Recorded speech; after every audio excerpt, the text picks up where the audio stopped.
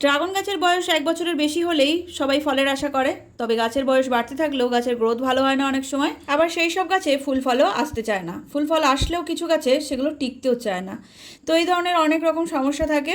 আর চারা সেল করার জন্য আমার যে নাম্বারটা শেয়ার করা আছে ওটাতে অনেকেই ফোন করে জিজ্ঞাসা করে ড্রাগন গাছ সম্পর্কে। তো আমি না দেখে তো আর কিছু বলতে পারি না, তাই জন্য বলি ছবি বা ভিডিও পাঠাতে। তো ওটা দেখে আমি যতটুকু বুঝতে পারবো গাছ সম্পর্কে অবশ্যই শেয়ার করব। তো সেই হিসাবেই এই ভিডিও বা ছবিগুলো পাওয়া, তো ভাবলাম তোমাদের সঙ্গেও একটু শেয়ার করে নিই। এই গাছটা যেটা দেখতে পাচ্ছ এটা একটা বাগানের মধ্যে বসানো। গাছের গ্রোথ কিন্তু খুব একটা ভালো না, ডালগুলো সরু সরু। এমনকি ভিডিওর প্রথমে যে গাছটা তোমরা দেখলে তার পাশে কিন্তু টিন দিয়ে পাঁচিল মতো দেওয়া ছিল। এটা যেমন গাছের গোড়ায় অনেক আগাছা। তো এরম ধরনের পরিস্থিতি থাকলে ড্রাগন গাছের কিন্তু কখনোই গ্রোথ ভালো হবে না। একদম খোলামেলা পরিবেশ চাই, তাহলেই কিন্তু ড্রাগন গাছের গ্রোথ ভালো হবে। এখন যে ড্রাগন গাছটা দেখাবো সেটাতে ফাঙ্গাস লেগেছে। এই যে ডালে হলুদ হলুদ ছোপ, এটার মানেই ফাঙ্গাস লাগা। সাইডে দেখো পেপার দিয়ে গার্ড করে রেখেছে মাটিটাকে। শুধু মাটি তো আর গার্ড করছে না, জলও গার্ড হয়ে যাচ্ছে। উপর থেকে দেখে হয়তো মনে হচ্ছে জল তো সরে গেছে, কিন্তু ভিতরে মাটিতে কিন্তু জল আটকে থাকে। পেপারের জন্য তাড়াতাড়ি মাটি কিন্তু ড্রাই হতে পারে না।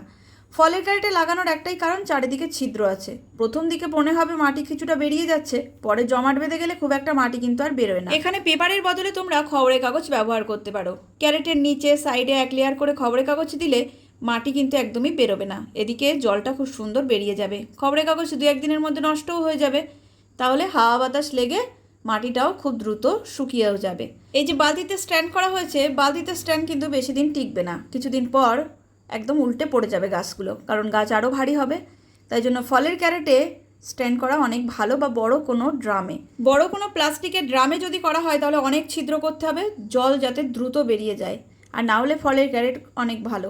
ফলের ক্যারেটটা অনেকটা চওড়া, স্ট্যান্ডটাকে ধরে রাখবে, তাই স্ট্যান্ড করলে চওড়া কোনো পাত্রের ওপরেই করা ভালো। আর এখানে দেখো এই ড্রাগন গাছগুলোর গোড়া এতটাই ভর্তি হয়ে আছে যে গোড়ার মাটি একদমই দেখা যাচ্ছে না। এভাবেও গাছ করলে কিন্তু হবে না। ড্রাগন গাছ থেকে অল্প দিনে ভালোভাবে ফল পেতে গেলে খোলামেলা পরিবেশ দিতে হবে। আর ড্রাগন গাছের গোড়া সবসময় পরিষ্কার রাখতে হবে, জল কম দিতে হবে, মাটি যাতে তাড়াতাড়ি ড্রাই হয় সেই দিকে খেয়াল রাখতে হবে।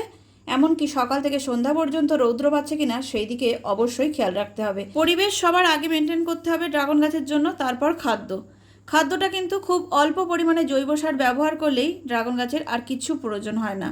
ড্রাগন গাছের জন্য ওই পুরানো গোবর সার আর সরিষার খোল পচার জল, এই দুটো জিনিস ব্যবহার করি। তবে কখন কোন সময় কিভাবে ব্যবহার করি আমার চ্যানেলে ভিডিও আছে, চাইলে দেখে নিতে পারো। তো ভালো গাছ পেতে গেলে সুন্দর পরিবেশ দাও, অবশ্যই ফুল ফল পাবে, গাছও ভালো হবে।